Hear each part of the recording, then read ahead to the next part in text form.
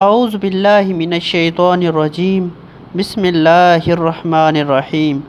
Islamic learning کے معزز دوستو، السلام علیکم۔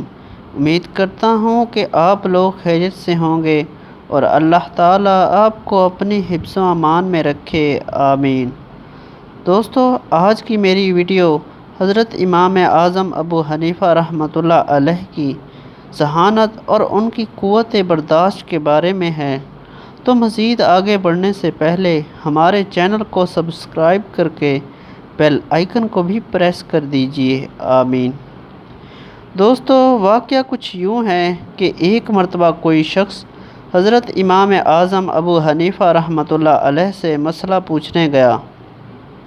امام صاحب اوپر کی منزل میں اپنے حجرے میں تھے۔ سائل نے آواز دے کر امام صاحب کو بلایا۔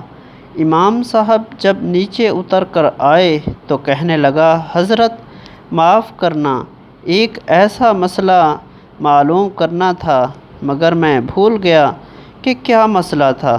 امام صاحب کہنے لگے، کوئی بات نہیں، جب یاد آئے تو آ کر پوچھ لینا۔ یہ کہہ کر امام صاحب اپنے کمرے میں اوپر تشریف لے گئے۔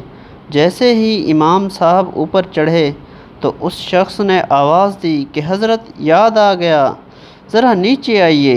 امام صاحب جب نیچے آئے تو کہنے لگا کہ عجیب بات ہے کہ میں پھر بھول گیا۔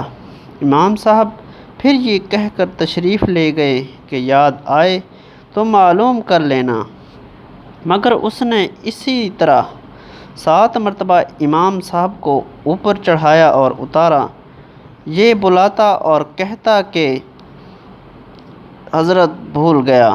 آخری مرتبہ جب آپ آئے تو کہنے لگا کہ ہاں اب یاد آ گیا، یہ مسئلہ پوچھنا ہے کہ پاخانہ میٹھا ہوتا ہے یا پھیکا۔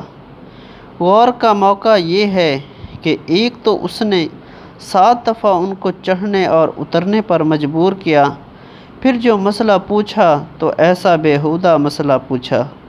مگر امام ابو حنیفہ رحمۃ اللہ علیہ کی غایت تواضع دیکھیے کہ باوجود اس کے بے ڈھنگے سوال کے بالکل غصہ نہ ہوئے اور جواب بھی دیا اور فرمایا کہ پاخانہ جب تک تازہ ہوتا ہے میٹھا ہوتا ہے اور جب سوکھ جائے تو پھیکا ہو جاتا ہے۔